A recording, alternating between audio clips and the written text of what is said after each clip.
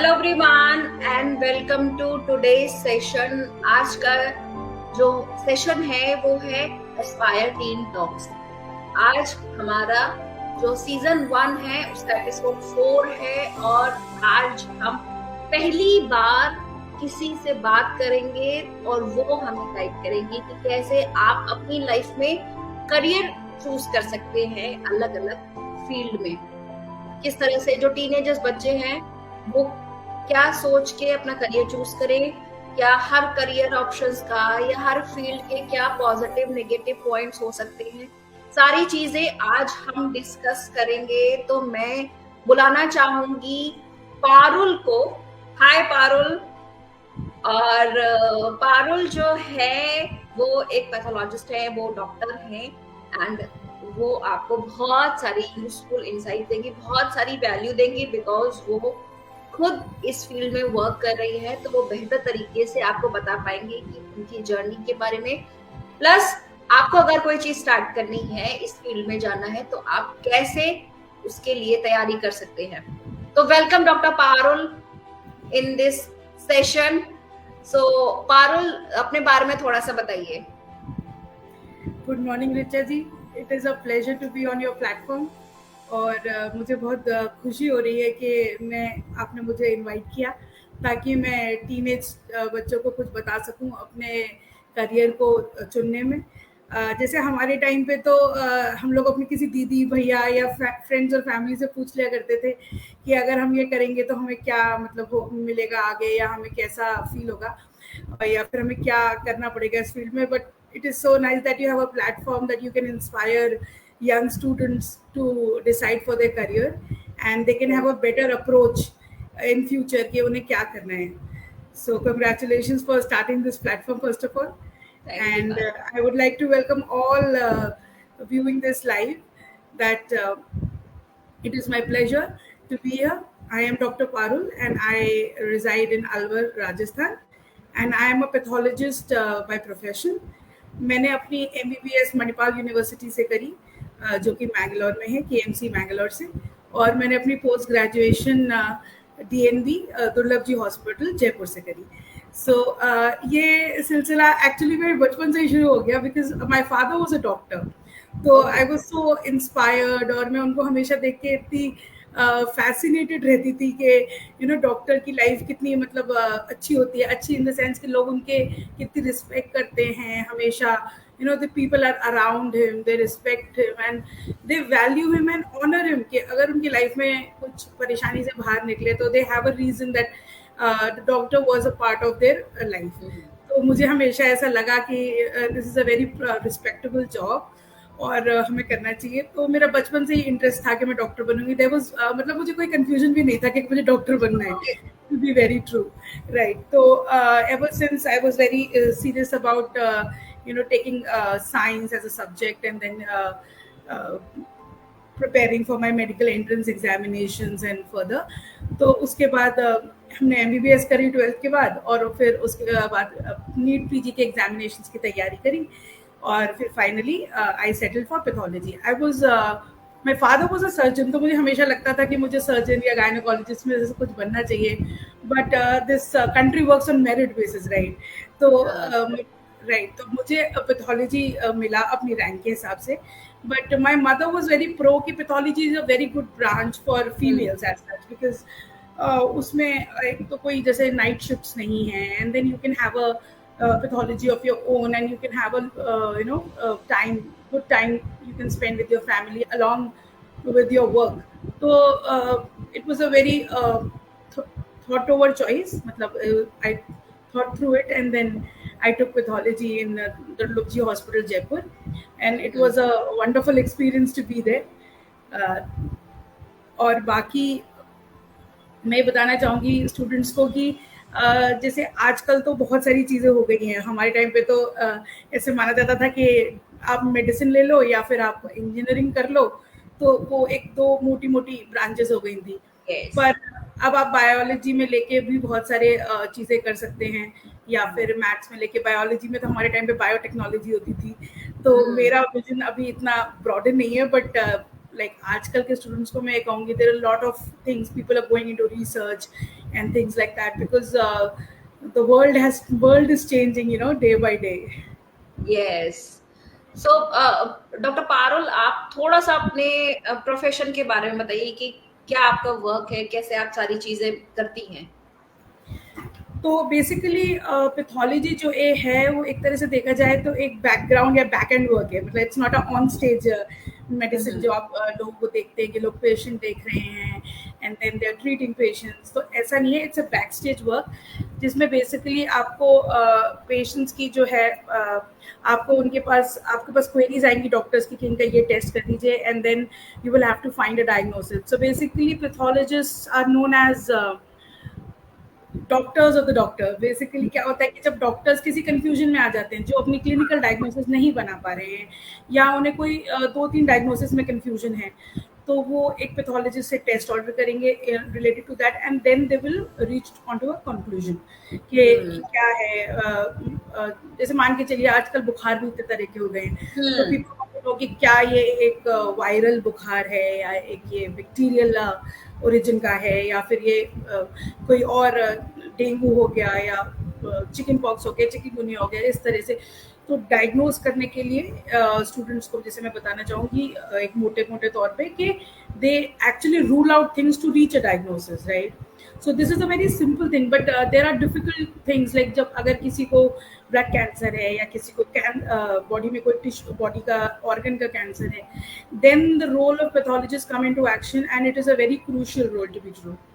जैसे अगर कोई ट्यूमर आप बॉडी से निकाल रहे हैं तो उसकी एजेस देखना, ये कि वो उसमें शरीर में रह तो नहीं क्या कुछ पॉजिटिव, तो this is a very important and crucial role of a pathologist out there. क्योंकि अगर आपका कोई भी बॉडी में टिश्यू रह जाता है विच इज कैंसरस, जो पैथोलॉजिस्ट ने नेगेटिव नहीं दिया, तो योर ऑपरेशन डजंट एक्चुअली सीम कि वो कंप्लीट है, राइट। क्योंकि इट इज ऑलमोस्ट लाइक आप एक वो बॉम्ब छोड़ दे रहे हो जो कि फिर से फट के बड़ा, तो it is very crucial in that sense.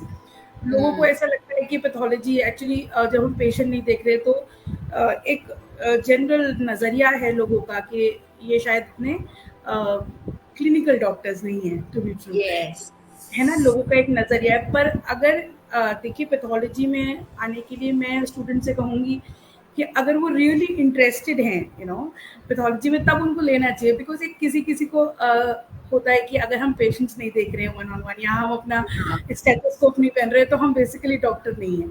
तो कई सारे बच्चे इस मंशा से घुसते हैं कि हमको उस तरह से लेना है। तब मैं उनको कहूँगी कि अगर आप इसमें आपका होल सोल आप हार्ट रखते हैं इस चीज़ों के लिए, तो आप पैथोलॉजी में मतलब ना आइए, कोशिश करिए, क्योंकि ये this is a very background job. और इसमें मतलब फ्रंट फेसिंग का जिनको चाहिए कि मैं लोग देखे मुझे कि मैं डॉक्टर हूँ या मैं ये काम कर रहा हूँ। बिल्कुल बिल्कुल। वैसे जो है आप पेशेंट की डायग्नोसिस कर रहे हैं, आपको बहुत सेटिस्फैक्शन मिलता है अगर वो ठीक हो जाते हैं, लेकिन it's a different kind of a satisfaction. It is not 1-on-1 कि आप पेशेंट को मिलके कर रहे हैं या वो देख रहे हैं, आप उनको बता रहे हैं कि उनकी वजह से, क्योंकि पेशेंट की भी यही सोच है कि मुझे क्लिनिशियन ने ठीक किया, और वो बात ठीक भी है, चली आ रही है सालों से, और उनका फर्स्ट इंटरेक्शन एक क्लिनिशियन से ही होता है, तो दे डोंट रियली नो कि क्या इंपॉर्टेंस है। लेकिन डॉक्टर्स नो, हमारी जो फ्रेटर्निटी में डॉक्टर्स हैं उनको ये इस बात की समझ है कि एक क्या पैथोलॉजिस्ट का क्या दायित्व है इस पूरे सिचुएशन में। यस, बिकॉज हम जनरली वही देखते हैं जो हमको दिख रहा है सामने, जो बैकग्राउंड में क्या स्टोरी चल रही है हम उस पर फोकस नहीं करते। सेम मूवी, हीरो हीरोइन दिख रहे हैं या जो भी दिख रहा है वो है, बट कितने लोगों ने उसके पीछे हेल्प करी उस पूरी मूवी, स्टोरी राइटर और डायरेक्टर को कोई कमी ध्यान देता। Yes, so yes, very good point. And Parul, कभी कोई ऐसा आपके लाइफ में करियर ऑप्शंस पे कोई ऐसा पॉइंट आया है कि जब आपको लगा कि थोड़ा सा आप परेशान हो गई या कोई ऐसी प्रॉब्लम, और आपने फिर कैसे उसको ओवरकम किया? अब जैसे मैंने अपनी पोस्ट ग्रेजुएशन खत्म कर ली, तो जैसे हम सबके मन में होता है कि हम डॉक्टर बनने के बाद हमको कहीं अच्छी जॉब लग जाएगी और हम बहुत सारा कमाने लग जाएंगे और हम बड़े फेमस हो जाएंगे। वो एक जनरल फीलिंग होती है स्टूडेंट्स की, क्योंकि वो देखते हैं भाई हमने भी MBBS करा 5 साल, 3 साल पोस्ट ग्रेजुएशन करा, तैयारी करी, तो पूरा एक लंबा 10 साल का टेन्योर होता है जिसको कंप्लीट करने के बाद आप बहुत होपफुल होते हैं अपनी लाइफ के लिए। पर मैं आपको बता दूं कि जितनी ग्लैमरस दिखती है ये दुनिया उतनी ग्लैमरस है नहीं, because there already establish doctors जो आपसे सीनियर हैं नॉलेज में, और मतलब लोगों के विश्वास के हिसाब से केवल लोग उन पर विश्वास ज़्यादा करते हैं।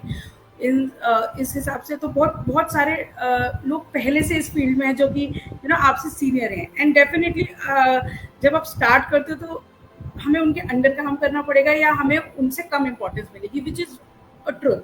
तो उस समय जब आप निकल के आते हो तो आपको ऐसा रियलाइजेशन नहीं होता। तो I fought a lot to land up in jobs, but I could not to be true. तो मैंने 1 साल तक बहुत मिनिमल अमाउंट में मिनिमल सैलरी पे रैंडम जॉब्स करी, बट देन आई न्यू कि मेरी नॉलेज काफ़ी साउंड है और मेरी जो ट्रेनिंग है वो काफ़ी साउंड है। Then I applied in good places and then luckily I got into a very reputed lab in Agra, and then I was paid a very high ceiling salary, which was a turning point। जो मुझे लगा कि अगर आप अपने आप में दृढ़ रहते हैं कि आपको जो आता है और उसमें कोई डाउट नहीं है, आपको कोई शंका नहीं है कि आपकी पढ़ाई में कोई कमी है, तो आपको मिल जाता है। But the only thing is कि इस दौरान कई सारे स्टूडेंट्स मैं कहूँगी कि अपना पेशेंस खो देते हैं, या वो हार मान लेते हैं कि नहीं होगा, या फिर हमने गलत एक फील्ड चुनी। ऐसा नहीं है, मुझे ऐसा लगता है कि ये एक जर्नी है जिसमें कुछ लोज भी आते हैं, हाईज भी आते हैं, पर अपना पेशेंस नहीं खोना चाहिए और अपनी होप भी नहीं खोनी चाहिए। एंड एक डॉक्टर जो होता है वो हमेशा एक स्टूडेंट बन के रहेगा अगर तो एक बहुत ही लाइफ लॉन्ग लर्नर वाली फीलिंग रहेगी। आप हमेशा सीखते रहेंगे, आगे बढ़ते रहेंगे, and you will keep updating yourself according to the medicine, जो भी नई चीज़ें आ रही है, विच इज़ वेरी इंपॉर्टेंट कि आप कॉम्पिटेंट रहें, अपडेट करते रहें। उससे आपकी क्वालिटी ऑफ रिपोर्ट्स बेटर होती है। सोसाइटी में आप जो दे रहे हैं अपने काम के माध्यम से, वो भी बहुत लेवल अप आप रिपोर्ट्स दे पाते हैं, लोगों की बेटर हेल्प कर पाते हैं, which I think is very important. True.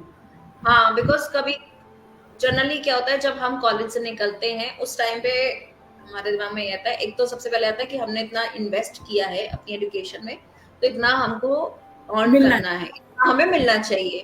But ये जैसे आपने बोला कि ऑलरेडी पहले से एस्टैब्लिश डॉक्टर्स होते हैं, तो हम वो देखते कि वो अभी कहाँ पर है, बट उन्होंने उनकी जर्नी हम नहीं चेक करते, हम नहीं देखते किसी का मतलब 10वां चैप्टर देख रहे हैं अपने 4th चैप्टर से कंपेयर कर रहे हैं, नॉट जेन्युइन। Genuine, yes. तो उन्होंने भी स्टार्ट किया, हमने भी स्टार्ट किया, बट सेम अगेन जैसे आपने कहा कि हम कभी कभी होता है कि बहुत ज्यादा हताश हो जाते हैं या हम परेशान हो जाते हैं, और कुछ लोग क्या होते हैं वो स्विच कर जाते हैं, अपने पाथ से स्विच कर लेते कि नहीं हो रहा नहीं है, मैं ये कर लेता हूँ, इससे मुझे अर्निंग मिलने लगेगी। प्रोबेबली मिलने भी लगे earning, but what I can feel कि आपने जो चूज किया था पहले वो उसमें आप सेटिस्फाई रहते, अगर आप उसको कंटिन्यू करते और आपको मुझे मिल जाती। सेम चीज पेरेंट्स की तरफ से भी होती है, पेरेंट्स की तरफ से भी प्रेशर आने लगता है।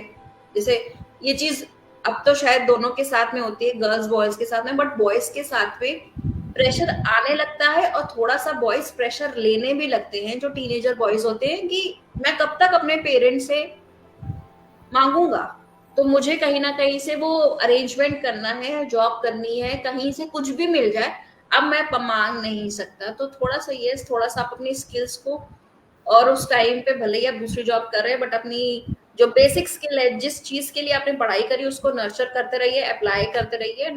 यस, आपको वो चीजें जो चाहिए थी आपको वो जरूर मिलेंगी।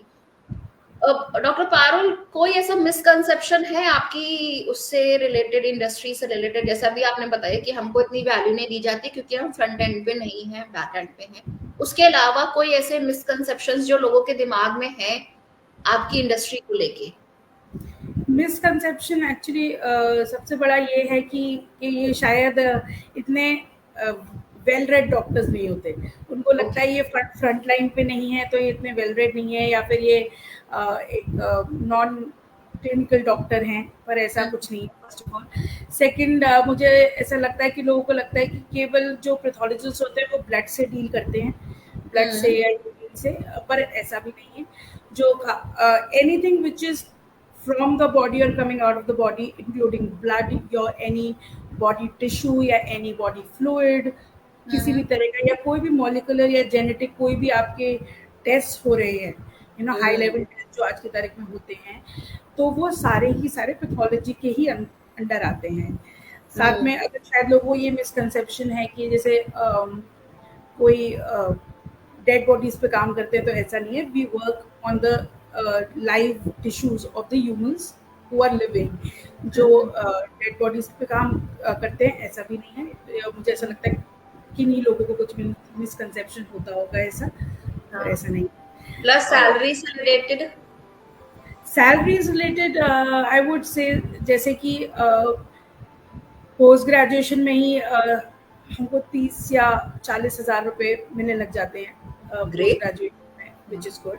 एंड अगर आप बाहर निकलते हैं तो आपकी वर्क आवर्स के अकॉर्डिंग और आपकी स्किल के according it can go up to 1 lakh per month in a private job after you completed your MD और डीएमडी। तो और बाकी तो ये है कि काफी सारे लोग चाहते हैं कि वो अपनी लैब सेटअप करें और ये सब करें, process which is a long process and it should take time, and I would recommend कि जब तक आप fully equipped ना हो अपनी knowledge से और experience से, तब तक आप ना करें, because एक तरह की जिम्मेदारी भी आ जाती है अपने ऊपर, है ना। और आपके पास एक डिलीवर करने की टाइम से, एक्यूरेसी से, और इसमें इन्वेस्टमेंट भी काफ़ी है, क्योंकि अगर आप खरीदते हैं, क्योंकि it is basically working with machines जो कि आपके ब्लड को या बाकी सारी बॉडी फ्लूइड्स को प्रोसेस करती है। सो इट इज़ मतलब कहना चाहिए time, it should be time taking, it's a time taking process and investment yes, because जब आप किसी पैथोलॉजी में काम कर रहे हैं तो आप किसी के अंडर हैं, but if you want to set up, you are the CEO, you are the owner, so you have to invest your time, energy, everything, money. Yes. So it will, once you have that liberty ki you have certain hand holding with you, then only, plus you are financially strong, then only you can go for that. Apart from that, any piece of advice that you have received, कोई ऐसी advice जो आपको दी गई या आप चाहती हैं कि अगर इस एज में अगर आप हैं और आप जब 10 साल पहले होती तो आप कौन सी एडवाइस देती, टीनेजर जब पारुल थी, कोई भी ऐसी एडवाइस, और आप उस एडवाइस ने आपको इन्फ्लुएंस किया ईदर इन योर लाइफ और इन योर करियर ऑप्शन? तो मेरा ये मानना है कि जो 3 साल का समय होता है पोस्ट ग्रेजुएशन का, तो उसमें हमें नाम दिया जाता है रेजिडेंट। रेजिडेंट का मतलब होता है रहने वाला। तो वो उसको स्टूडेंट्स को काफ़ी सीरियसली लेना चाहिए, क्योंकि resident is someone who should stay in the hospital, live there, breathe there, eat there all the time, because वो एक इतनी ज़्यादा वाइड चीज़ें आपको पढ़नी है, इतना समय आपको लगाना है। अगर आपने वो 3 साल अपने बेस्ट पॉसिबल तरह से यूज़ कर लिए, तो ये आपका एक बहुत स्ट्रॉन्ग बेस बन जाता है लाइफ लॉन्ग के लिए। तो वो मुझे ऐसा लगता है, क्योंकि वो हमारे एचओडी हमेशा हमसे कहते थे कि रेजिडेंट का मतलब होता है रहने वाला, और आपको इस 3 साल में रेजिडेंट हैं, तो हम आपकी कोई ड्यूटी के आवर्स नहीं है, हम आपको दिन रात कभी भी बुला सकते हैं। सारे काम करने के लिए आप आतुर रहें और सीखने के लिए आतुर रहें और पढ़ते रहें और सीखते रहें और सिखाते रहें, because that is how a student should be in their post graduation. और वो मुझे ऐसा लगता है जो वो समय होता है जब आप फर्स्ट हैंड नॉलेज ग्रास्प कर रहे हैं, तो वो आपका एक बेस बनाता है और उससे आपकी सारी जो है आगे की प्रैक्टिस मैटर करती है। तो ये नई चीज समझ में आई कि जब आप पोस्ट ग्रेजुएशन की लाइफ में होते हैं, उस ड्यूरेशन में, तो आपको वहीं रहना है। बिल्कुल वहीं रहना है। वही आपका सेकंड होम हो गया। वही है, राइट। तो आप जब टीनेजर थी तब आप कैसी थी?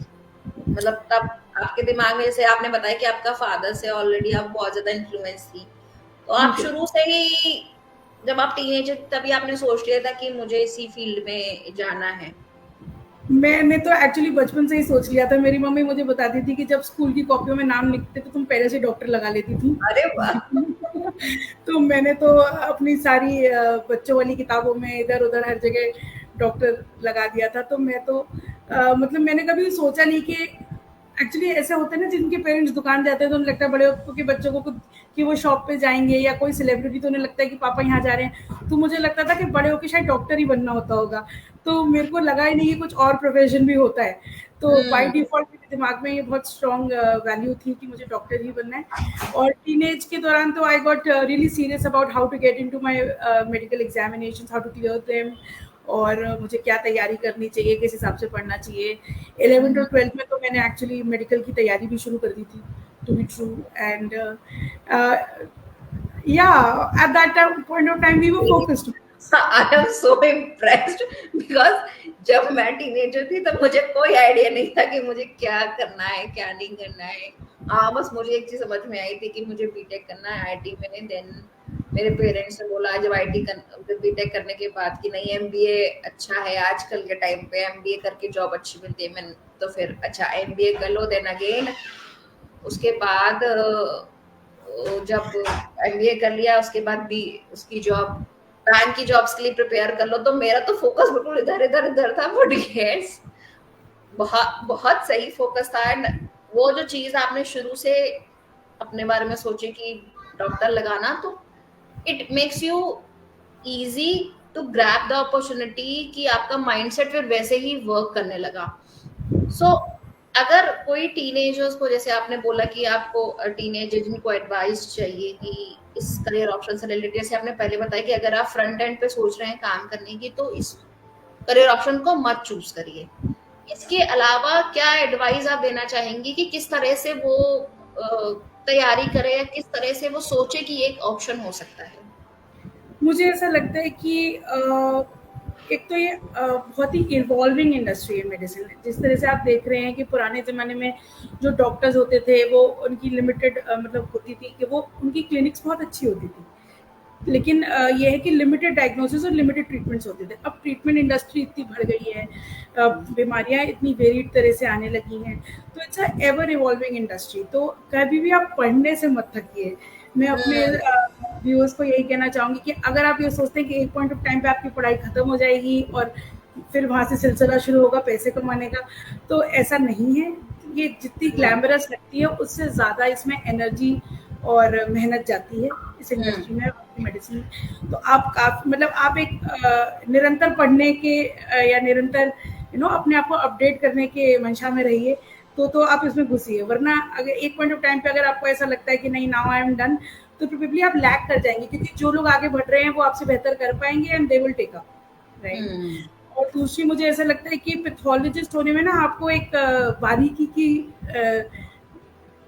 टैलेंट आना चाहिए। जब आप चीज़ें बहुत ही माइक्रोस्कोपिक लेवल पे देखते हैं या आप उनको असेस करते हैं, तो एक जो बारीकी की समझ होती है, जो छोटी छोटी चीज़ों की कि नहीं ये है नहीं है।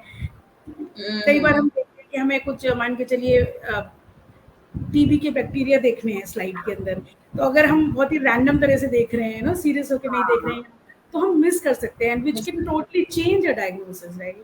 So people who want to take a pathology should have patience, because it might take a lot of time to diagnose a slide, and then एक बारीकी खूब। मुझे ऐसा लगता है कि मेरे लिए पैथोलॉजी सबसे बेस्ट थी, क्योंकि when you go inside a microscope there is a different world, and then you see the beauty of God। जो भगवान ने इतनी खूबसूरती से ह्यूमन की बॉडी बनाई है और जितने उसके अंदर से संरचना करी है जितनी खूबसूरत तरह से, उतनी खूबसूरती आप पैथोलॉजिस्ट से पूछिए, उतनी ज्यादा पैथोलॉजिस्ट के अलावा। तो वो मुझे लगता है कि आपके अंदर एक अगर चाह है सीखने की, छोटी चीज़ों को डिफरेंशिएट करने की, समझने की, निरंतर सीख आगे बढ़ने की, तो एक पैथोलॉजी काफ़ी वो वाइड भी बहुत है, वाइड भी बहुत है। कोई बच्चों का डॉक्टर है, कोई सीनियर मतलब कोई अडल्ट का डॉक्टर है, कोई दिमाग का डॉक्टर है, कोई हार्ट का डॉक्टर। पैथोलॉजिस्ट के पास सारी चीज़ें आएंगी, सब आएगा, राइट। तो उनको सब चीज़ की नॉलेज होनी चाहिए। You can not say that you only see brain और यू ओनली सी स्किन या समथिंग लाइक दैट। वो बात है कि जब आप एक बार कर लेंगे then you can super specialize, but then you still have to be, yes, हाँ, आप सुपर स्पेशलाइजेशन कर सकते हैं या फिर अपनी आप एक फील्ड पकड़ सकते हैं, लेकिन एक सबको आपको एक सक्सेसफुल पैथोलॉजिस्ट बनने के लिए काफ़ी सारी चीज़ों की नॉलेज होनी पड़ेगी पहले से। होनी पड़ेगी, ओके। तो इसके लिए कोई एक special skill you, I mean the teenager और स्पेशल एनीवन स्किल हैज? तो मैं नहीं कहूँगी, पर जैसे मैं अपनी बता सकती हूँ कि मुझे 11th-12th में बॉटनी के जो डिफिकल्ट वाले नेम्स होते थे ना, जो लोगों को याद नहीं होते थे, या ज़ूलॉजी के डिफिकल्ट जो मेडिकल साइंटिफिक नेम्स होते थे, मुझे उन्हें पढ़ने में बहुत मज़ा आता था। मुझे उन्हें याद करने में, उनको रिवाइज़ करने में और लोगों को बताने में मुझे बहुत मज़ा आता था। तो मुझे ऐसा लगता था कि कि कोई 10-15 अल्फ़ाबेट्स का कोई शब्द है जो कि लोग बोल ही नहीं पा रहे हैं, और मैं उसे बोल भी पा रही हूँ, मेमोराइज़ भी कर पा रही हूँ और लोगों को बता भी पा रही हूँ। मुझे बहुत अच्छा लगता था वो करने में। तो मुझे ऐसा लगा कि शायद मैं अगर मेडिसिन लेती हूँ, तो मुझे इन सब चीज़ों का और एक्सपोज़र मिलेगा। तो ये हुँ, एक पसंद की बात है। मेडिसिन में जाना भी एक मुझे ऐसा लगता है कि लोग इसकी चकाचौंध से ना, मतलब वो होके हुँ, हुँ, इन्फ्लुएंस हुँ, होके इसकी सच्चाई देखें, तो इसमें मेहनत भी बहुत ज़्यादा है ना? बहुत। एक हाँ, 14 साल की तो पूरी-पूरी मेहनत है। अगर आप एमबीबीएस करते हैं, पोस्ट ग्रेजुएशन करते हैं या कुछ तैयारी करते हैं, और आजकल तो सुपर स्पेशलाइज़ेशन का ज़माना है। मतलब लोग काफ़ी सारे डीएम या एमसीएच कर रहे हैं। मतलब हाँ, करने को नहीं भी कर रहे हैं, बट देन अगर आपको कॉम्पिटेंट बनना है, लोगों के साथ बैठना है सोसाइटी में, तो जितने आप वेल रेड होंगे, तो हुँ, उसका एडवांटेज तो मिलेगा। बिकॉज़ हर दिन नए वायरस आ रहे हैं। बिल्कुल। उस वायरस के बारे में अगर आपको नॉलेज नहीं होगी तो आप क्या चेक करेंगे स्लाइड में?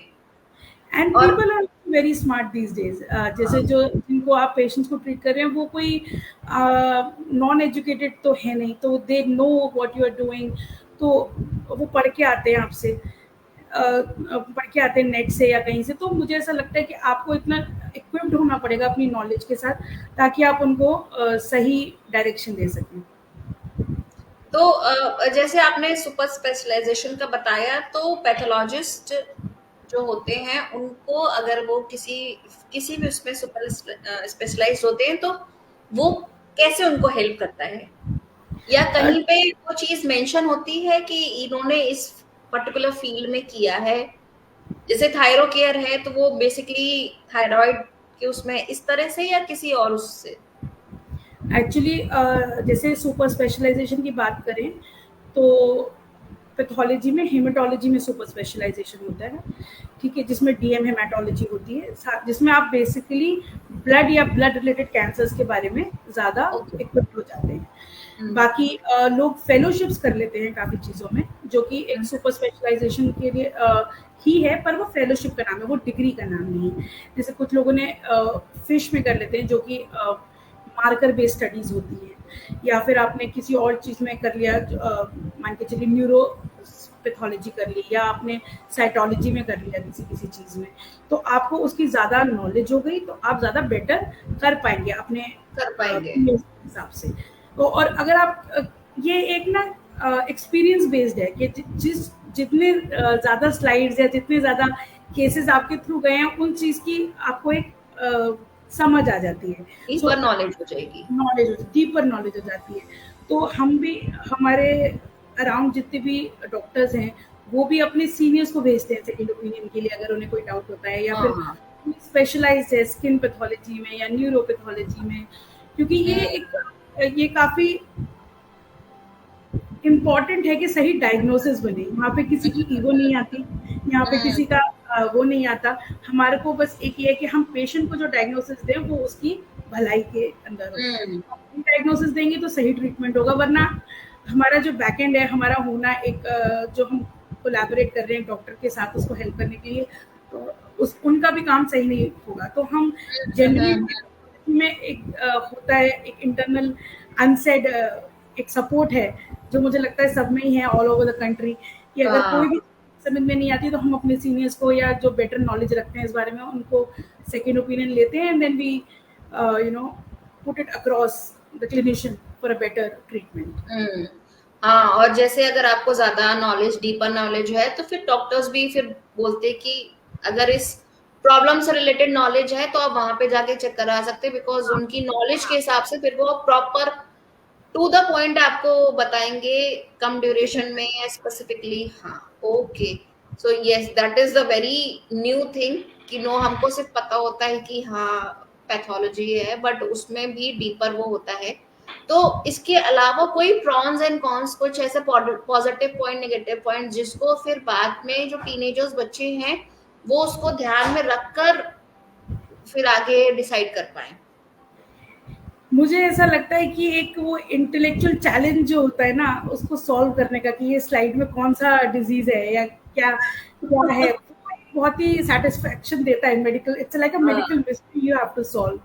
सो it's a very intellectual challenge. वो एक पैथोलॉजिस्ट ही समझ सकता है, मतलब आप इस फील्ड में घुसेंगे, वो एक ना आपकी एक नीड है। मतलब एक जब आप क्या होते हैं, डॉक्टर बनते तो किसी को पेशेंट को छू के और उसको ठीक करके सेटिस्फेक्शन आता है, पैथोलॉजिस्ट को एक स्लाइड को सही डायग्नोसिस करके सेटिस्फेक्शन आता है। तो मुझे लगता है एक बहुत बड़ा प्रो है कि अगर आप काफी नर्डी गीकी हैं तो वो एक बहुत बड़ा सेटिस्फेक्शन है उसको सॉल्व करने का। दूसरा प्रो ये है कि इसमें कोई नाइट शिफ्ट नहीं होती जनरली, अगर आप वेल विद इन डे काम कर ले रहे हैं अपना, तो which is a good way. Because अगर अगर आप सर्जरी में हैं या किसी और चीज में है, then you have to be vigilant 24 hours, because अगर आप अपने खुद के पेशेंट्स रख रहे हैं तो you have to be available for them, right? Yes. ये एक मुझे लगता है प्रो है। बाकी कॉन्स तो देखिए कि अभी तक जो हमारी इंडिया में इंडस्ट्री है वो ऐसी है कि जो पैथोलॉजिस्ट की इंडस्ट्री है वो एक क्लिनिशियंस के बेसिस पर चलती है। मतलब क्लिनिशियंस अगर आपको भेजते हैं टेस्ट, उसके हिसाब से चलती है। But now people are coming up as good pathologists themselves. So जो आप अपनी नॉलेज पे ही गेन कर सकते हैं पॉपुलैरिटी, मुझे ऐसा लगता है। अगर आप यू नो आपकी डायग्नोसिस आपको डिफरेंशिएट करती है बाकी लोगों की डायग्नोसिस से, मतलब अगर आप टू द पॉइंट डिटेल्ड अच्छी डायग्नोसिस करते हैं तो आपको पेशेंट्स बुलाने की जरूरत नहीं है, खुद ही आते हैं लोग आपके आ जाएंगे। और कॉन्स ये भी हैं इस इंडस्ट्री के, बिकॉज आजकल क्या हो रहा है कि टेक्नीशियंस जो हैं, जो कि डॉक्टर नहीं है, जो एमबीबीएस नहीं है, या जो कहीं काम कर चुके हैं पैथोलॉजी में या हॉस्पिटल में, वो अपनी एक लैब्स खोल ले रहे हैं, अपने you know second year lab जैसे खोल रहे हैं। तो वो इम्पोर्टेंस कम कर दे रही है। लोगों को ऐसा लगता है ये सारी डायग्नोसिस मशीन से हो रही हैं, टेक्नीशियंस कर रहे हैं, तो क्या है पैथोलॉजिस्ट जो ये जॉब कर रहे हैं वो इतनी वैलिड भी है या नहीं, या फिर इनका कोई डॉक्टर का रोल भी है या नहीं। But there is always you know the quality of report that you give. एक जो टेक्नीशियन की या केवल मशीन की दी हुई रिपोर्ट और एक वेल रेड पैथोलॉजिस्ट की दी हुई रिपोर्ट में जमीन आसमान का अंतर होता है। और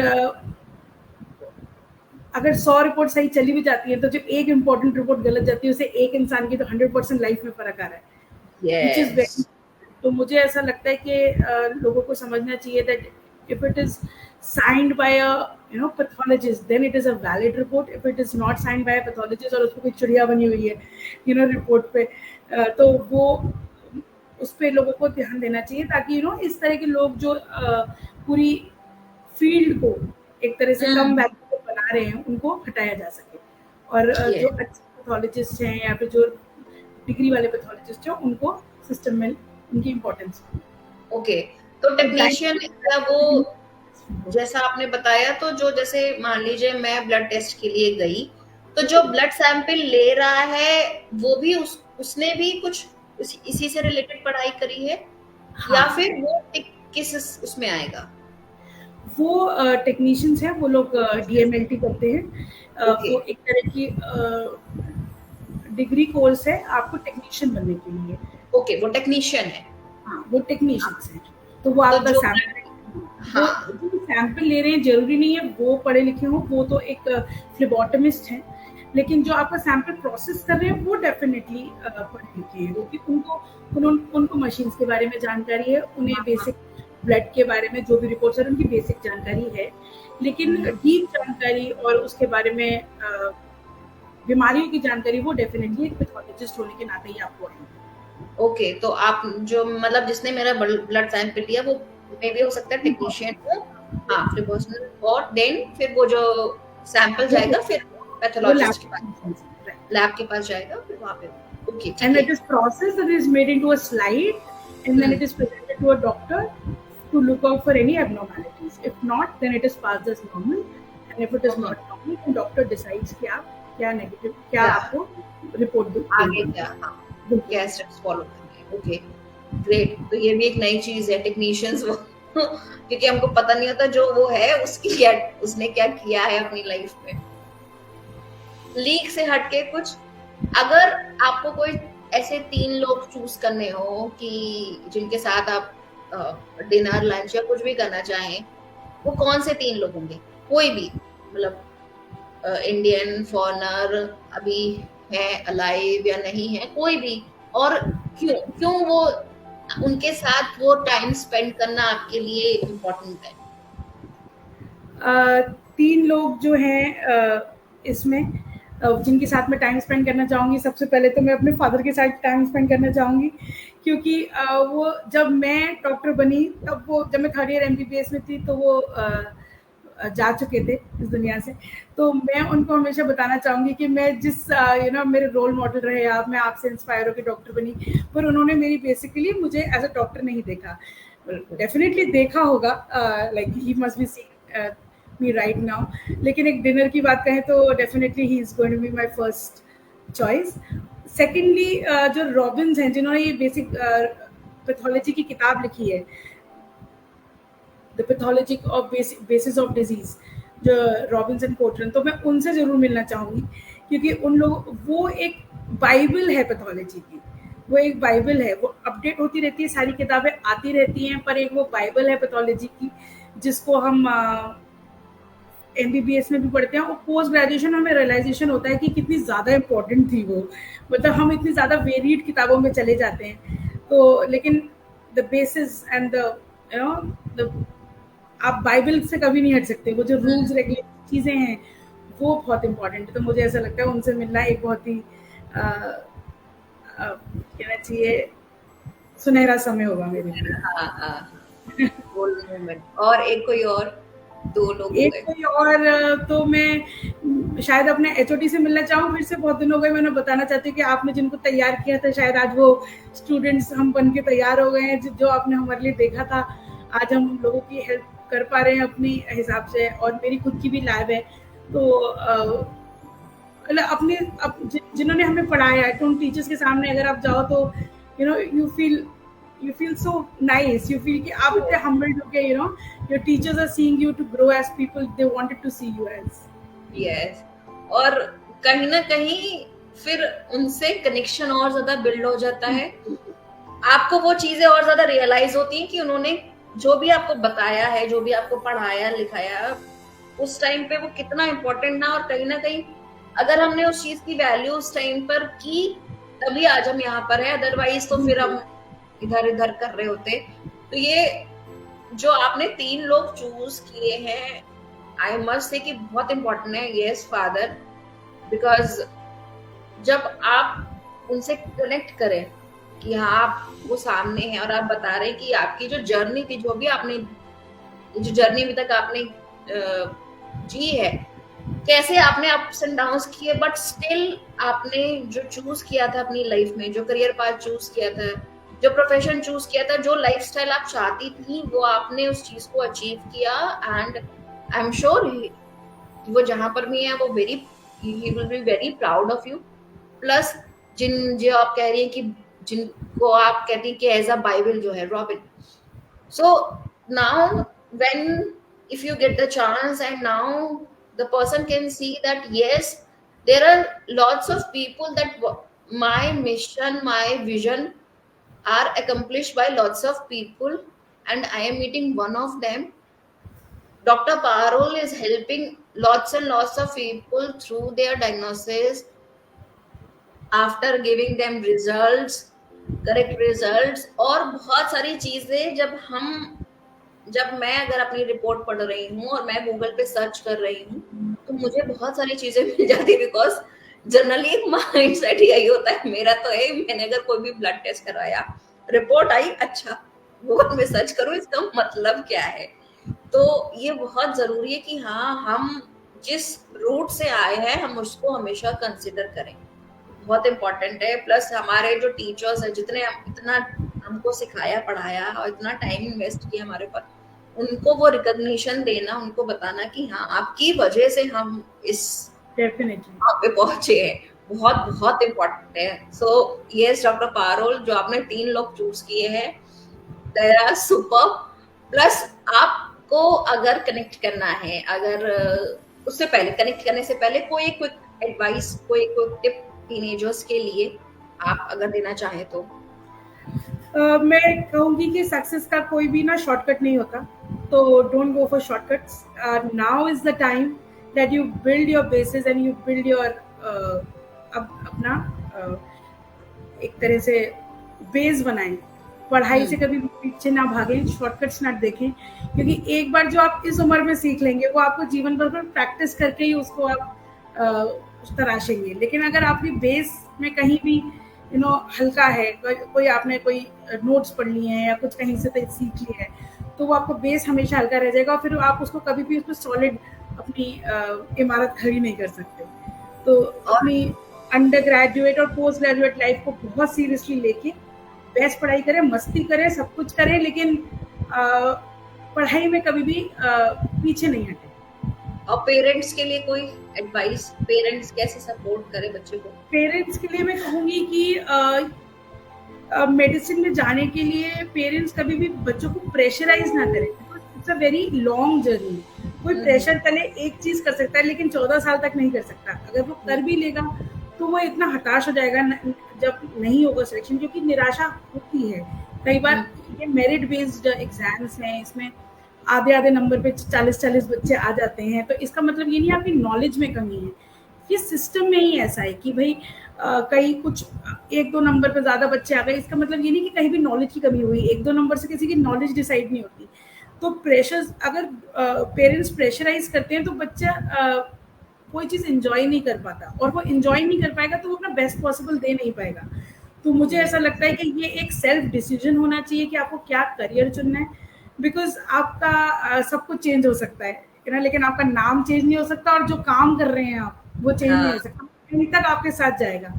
तो मुझे ऐसा लगता है पार्टनर से भी ज्यादा थॉट लगा के आपको अपना करियर चुनना चाहिए, because that is going to stay with you for the end of your till the end of your life, and that is going to give you the kind of life you dreamt for.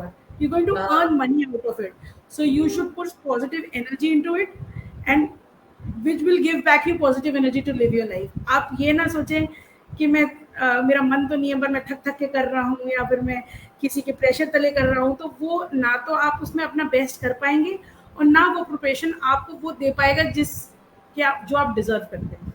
Yes, that is very important point कि जो आप choose कर रहे हैं, या तो आपने पूरा अपना दिल दिमाग उस प्रोफेशन में लगा दिया है, तभी आपको कुछ आउटपुट मिलेगा।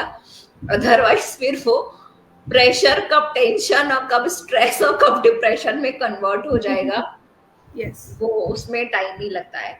सो डॉक्टर पारोल, अगर किसी को आपसे कनेक्ट करना हो तो वो आपको कैसे कनेक्ट कर सकता है?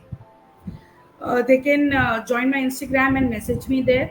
They can message me on my WhatsApp, and I also have a Facebook page. They can inbox me or just follow me. Yes.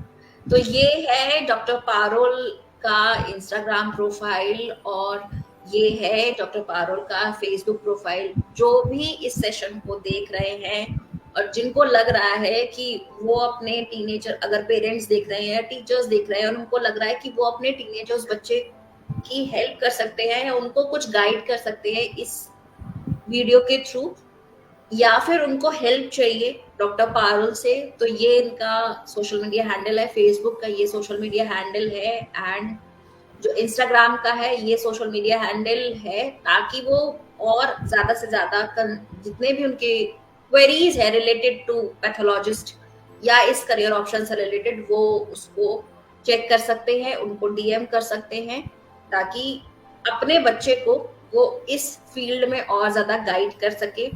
इसके अलावा अगर आपको नहीं हो पा रहा है कांटेक्ट, तो यू कैन डीएम मी, ये मेरा सोशल मीडिया हैंडल है, फेसबुक का, इंस्टाग्राम का, आप मुझे डीएम कर सकते हैं। मैं आपकी क्वेरीज जो हैं वो डॉक्टर पारुल तक कन्वे कर दूंगी, एंड फिर आप उनसे कंसल्ट कर सकते हैं, जैसे भी उनके पास टाइम होगा वो 1-on-1 या जिस तरह से भी वो आपकी हेल्प कर पाएंगी। तो ये मेरा सोशल मीडिया हैंडल है। थैंक यू डॉक्टर पारुल, आपने बहुत टाइम दिया।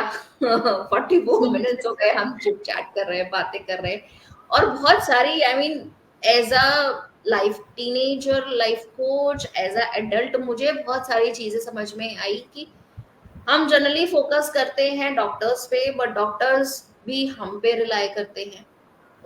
वो जो भी हो सकता है उनको बहुत सारी चीजें पता हो सिम्टम्स देख के, बट बहुत सारे ऐसे हिडन सिम्टम्स होते हैं जो हमारी बॉडी में, जो एक पैथोलॉजिस्ट डिटेक्ट कर सकता जी है मैम। अगर उसके अंदर पेशेंस है और उसके अंदर वो क्यूरियोसिटी है। और एज अ पर्सन हमें हमेशा ग्रैटिट्यूड फील करना चाहिए, हमेशा ग्रेटफुल फील करना चाहिए उन सारे पैथोलॉजिस्ट के लिए बिल्कुल, थैंक जिन्होंने यू सो हमारी मच। डायग्नोसिस को करेक्ट वे में प्रेजेंट किया, और जिनकी डायग्नोसिस के थ्रू जो डॉक्टर है वो हमें ट्रीट कर पाया।